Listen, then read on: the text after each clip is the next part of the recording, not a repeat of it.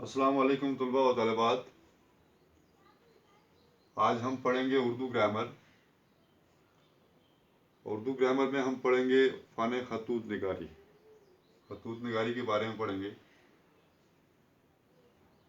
और ये जो हमारी क्लास है ये छठी जमात से लेकर 10वीं जमात के तलबा तालबात के लिए ज़रूरी है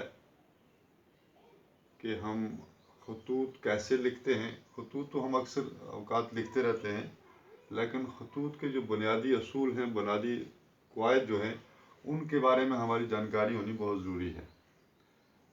इसलिए जब आप इम्तिहानी पर्चा लिखते हैं, अपना जवाबी पर्चा लिखते हैं, उसमें जो आप खतूत लिखते हैं वो पूरे कवायद के मुताबिक होने चाहिए, क्योंकि जो वहाँ पे मार्किंग करने वाले होते हैं वो आपके खतूत के पूरे कवायद के मुताबिक वहाँ पे मार्किंग करते हैं और उसी हिसाब से वो वहाँ पे नंबरात जो है देते हैं। तो इसलिए हमें सबसे पहले ये देखना ज़रूरी है कि इनके खतूत के कवायद क्या हैं, तरीके क्या हैं, किस तरीके से हमें ये लिखने हैं। तो सबसे पहले हम देखते हैं खतूत की दो किस्म के खतूत होते हैं जो हम अक्सर लिखते हैं। पहली किस्म है इसकी निजी या ज़ाती खतूत। निजी या ज़ाती खतूत यानी जो हम अपने लिए पर्सनल, जो हमारी अपनी हालात होते हैं, अपने जो हालात होते हैं, जब वो हम किसी को लिखते हैं उस ऐसे खतूत को हम ज़ाती खतूत कहते हैं या निजी खतूत कहते हैं। इनकी किस्में हैं, इसमें रुका है, बीचक है, बिल है, फ़र्द है और हुंडी है। ये 5 किस्म के खतूत होते हैं, ज़ाती खतूत जो हम लिखते हैं। तो दूसरी किस्म है सरकारी या दफ्तरी खतूत, जो हम सरकारी सतह पर लिखते हैं, दफ्तरी हिसाब से लिखते हैं। ऐसे खतूत को हम क्या कहते हैं?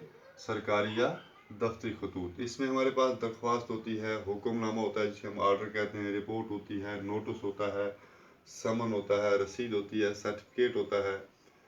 तो ये जो किस्में हैं, ऐसे खतूत को हम कहते हैं सरकारी या दफ्तरी खतूत। तो ये बिल्कुल जो निजी या ज़ाती खतूत हैं उनसे बिल्कुल मुख्तलिफ होते हैं, बिल्कुल इनमें बहुत बड़ा फ़र्क होता है। तो सबसे पहले हम देखते हैं निजी या ज़ाती खतूत। निजी या ज़ाती खतूत कैसे हम लिखते हैं, तो इनके क्या क्या कवायद हैं। तो यहाँ हम देखते हैं निजी या ज़ाती खतूत। ऐसे खतूत जो हैं इनके 4 हिस्से होते हैं। निजी या ज़ाती खतूत जो है इनको हम 4 हिस्सों में तकसीम करते हैं। इस खत को हम क्या करते हैं? 4 हिस्सों में तकसीम करते हैं। पहले हिस्से को हम कहते हैं पेशानी, दूसरे हिस्से को कहते हैं अलकाब या दुआ, तीसरा हिस्सा इसका मजमून खत, और चौथा हिस्सा होता है खात्मा। यानी इस निजी या ज़ाती खतूत को हम क्या करते हैं?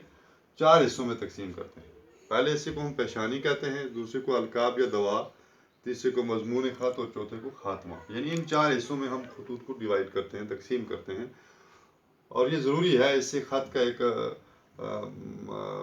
जो जब मार्किंग की जाती है इसकी, तो उस वक्त हम इसके अलग मार्क्स मिलते हैं, इसके अलग होते हैं, इसके अलग होते हैं, इसके अलग होते हैं। अगर इनमें से कोई भी हिस्सा छूट जाएगा तो वो मार्क्स हमें नहीं मिलते हैं। तो पेशानी किस हिस्से को कहते हैं? पेशानी का लफ्जी माना देखें, हम इसको पेशानी कहते हैं माथे को, यानी जो हमारे या माथा है इसको हम पेशानी कहते हैं लफ्जी माने में। अब इसको पेशानी क्यों कहा जाता है खत का? क्योंकि ये खत का सबसे ऊपर वाला हिस्सा होता है, सबसे पहले वाला ऊपर जो हिस्सा होता है उसे पेशानी कहते हैं। फिर अलकाब, जहाँ पे आप सलाम दुआ अर्ज करते हैं।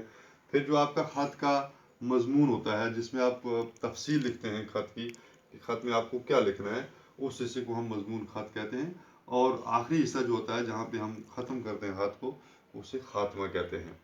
तो ये जो है ये हमारे निजी या ज़ाती खतूत के 4 हिस्से हैं। अब हम एक खत की थोड़ी सी वहाँ पे हम मशक करेंगे, प्रैक्टिस करेंगे कि किस तरह हम पेशानी को कहाँ लिखेंगे, अलकाब या दवा कहाँ लिखते हैं, मजमून खत कहाँ लिखते हैं। तो ये हम اس میں لکھیں گے. ہاں، تو اب ہم یہاں پہ تھوڑی سی مشق کریں گے کہ ہم نے دیکھا پیشانی کہاں پہ. یہ خط کا پہلا حصہ جو ہے سب سے اوپر والا، وہاں پہ ہم ایڈریس لکھتے ہیں اپنا. جیسے ہم یہاں سے خط لکھ رہے ہیں آج دلدار بٹپورہ. یہ بالکل آپ کے کاغذ کے دائیں طرف لکھا جاتا ہے، اور اس کے ساتھ آپ کو تاریخ لکھنی ہے. مورخہ، آج کیا تاریخ ہے؟ 18 مئی، سوری جون ہے آج، 18 جون سن 2020 عیسوی. اس حصے کو ہم پیشانی کہتے ہیں. یہ حصہ جو ہے یہ پیشانی. اب اسی کے نیچے ہم ایک لائن چھوڑ کے دوسری لائن میں تھوڑا سا سینٹر میں آئیں گے. سینٹر سے تھوڑا پہلے جہاں اگر ہم خط لکھ رہے ہیں اپنے بھائی کو، عزیزم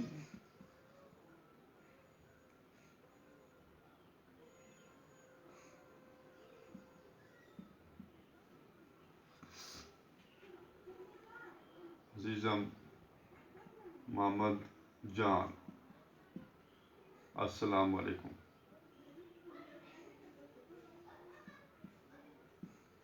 یہ دوسرا حصہ خط کا جسے ہم القاب یا دعا کہتے ہیں. ٹھیک ہے جی. پہلا حصہ یہاں پہ لکھنا ہے سیدھا دائیں طرف رائٹ کارنر میں اوپر. وہاں پہ آپ کو اپنے محلے کا نام لکھنا اور تاریخ لکھنی ہے. اسی کے نیچے تھوڑا سا ایک لائن چھوڑ کے آگے تھوڑا لکھیں گے ہم اپنے جس کو ہم خط لکھ رہے ہیں اس کے نام پہ سلام دعا. تو اس حصے کو ہم القاب کہتے ہیں. اب تیسرا حصہ یہاں سے شروع ہوگا.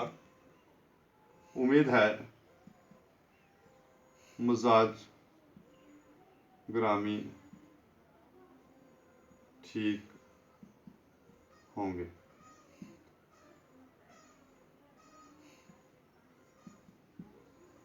یہاں پہ ہم لکھیں گے ہم خط کیوں لکھ رہے ہیں. یہ حصہ جو ہے ہمارا 2-3 لائنوں پر مشتمل ہوتا ہے. اس میں ہم لکھیں گے کہ ہم خط کیوں لکھ رہے ہیں اپنے چھوٹے بھائی کو یا اپنے چاچا کو یا اپنے والد کو یا اپنے دوست کو یا اپنی بہن کو، جس کو بھی ہم خط لکھ رہے ہیں. خط لکھنے کا مقصد کیا ہے؟ تو ان 3 لائنوں میں ہم اس کو جو ہے وہ اپنا مدعا جو ہے جو مقصد ہے وہ ان 3 لائنوں میں لکھیں گے. تو اس حصے کو ہم کہتے ہیں مضمون خط. اس حصے کو کہتے ہیں تیسرا حصہ یہ مضمون خط. یعنی کہ آپ کا خط لکھنے کا جو مقصد ہے وہ کیا ہے وہ یہاں پہ لکھے گا. اب یہ مقصد جب یہ حصہ جب مکمل ہو گیا اس کے بعد ہم چوتھے حصے پہ جائیں گے. یہاں پہ جب ختم ہو جاتا ہے آپ کا پھر چوتھا حصہ خاتمہ یہاں پہ آتا ہے.